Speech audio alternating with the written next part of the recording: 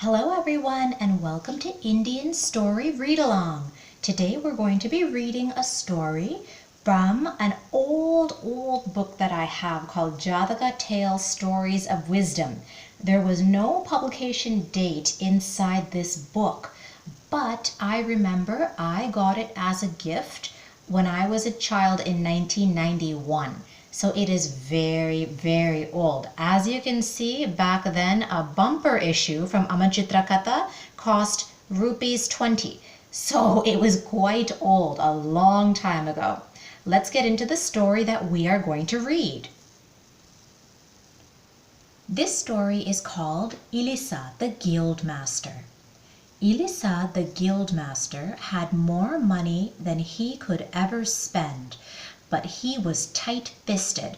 That means he was very cheap. He did not even want to spend money on things he needed or things that would make him and his family happy.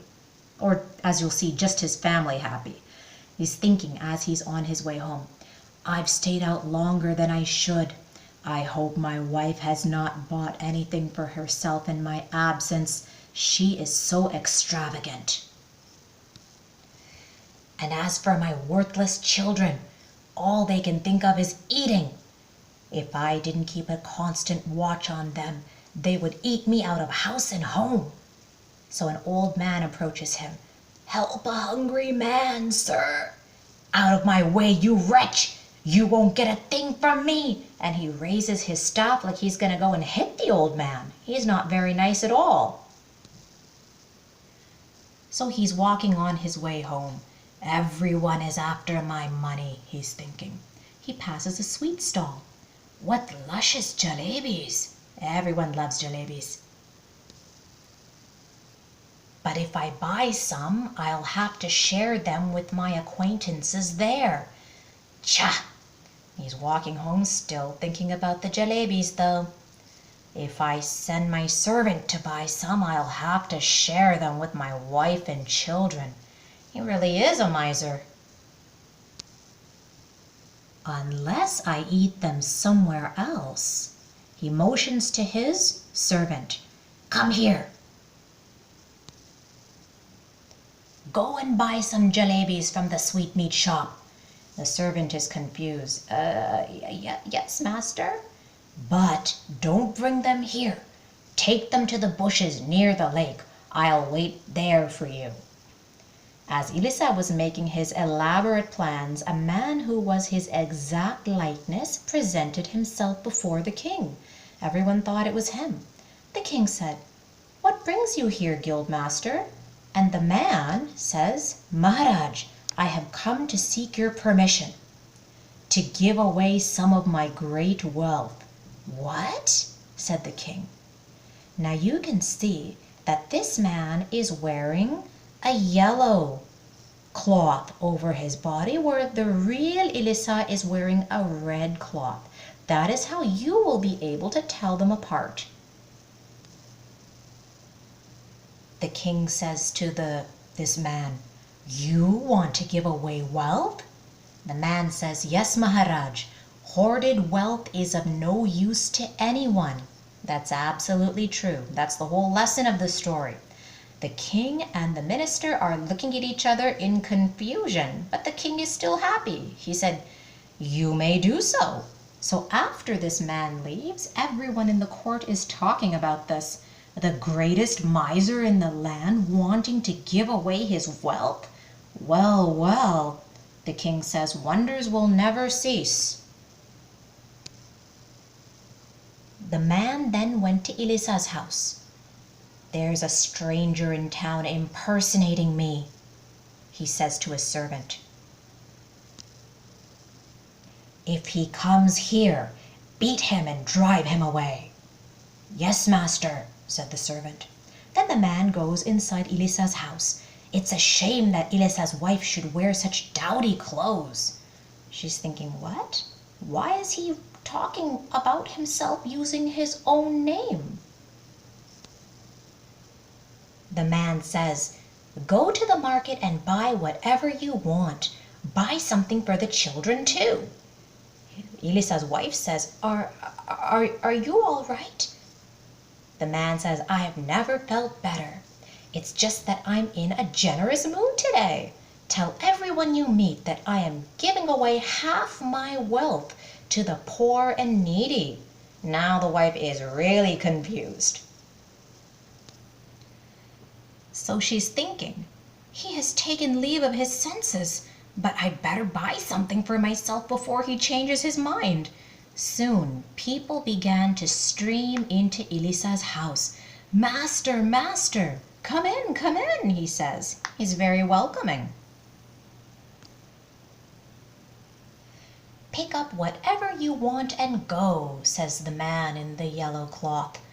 Whatever we want? Out of my way! So now it's a free-for-all. Everyone is pushing each other. They're picking up pots, pans, statues, gold, necklaces, jewelry. They're stuffing everything into bags and throwing it over their shoulder and getting out as quickly as they can. And one of them, they're talking to each other while they're leaving. He may change his mind at any moment. Yes, we all know what a miser he is.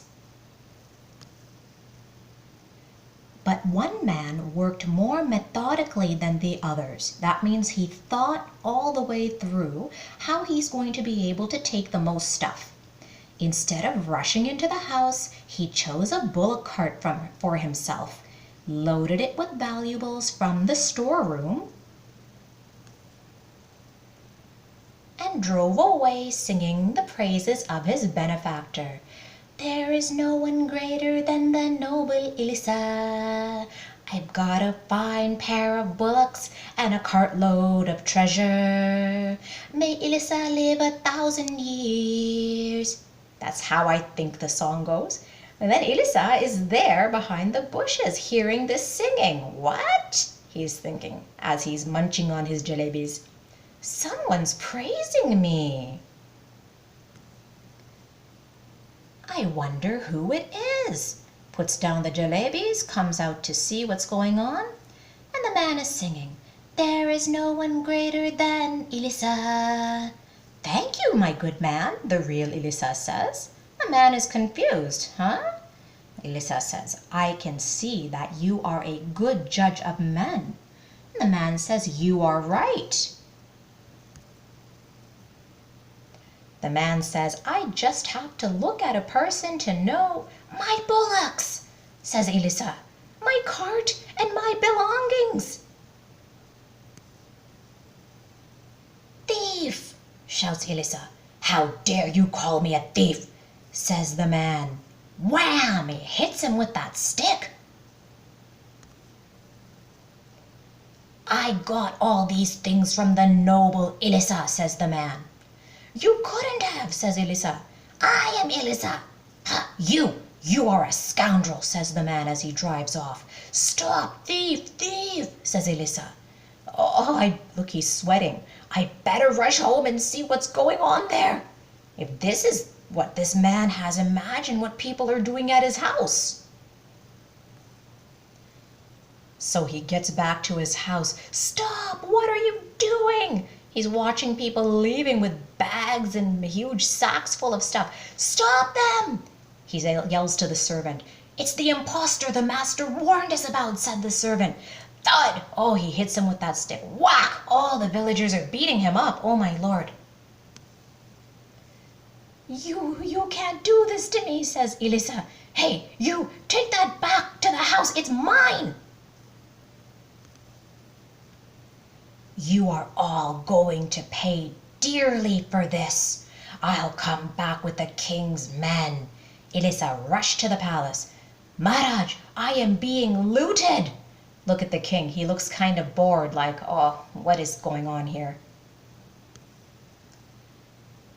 People are carrying away my property. But Guildmaster, says the king, you yourself came here and asked for my permission to give away your wealth. Look at that. The real Elisa doesn't know what's happening. But he says, Maharaj, have you ever known me to give away anything? Some impostor has taken my place. Well, I will have him brought here, said the king.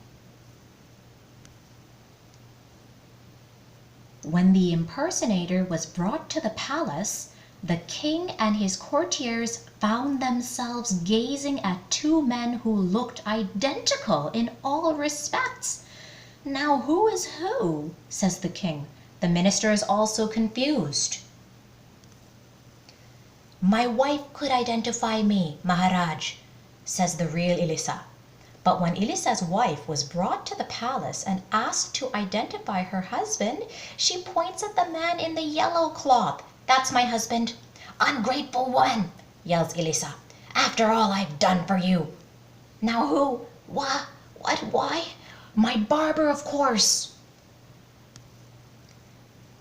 "Maharaj, my barber could identify me."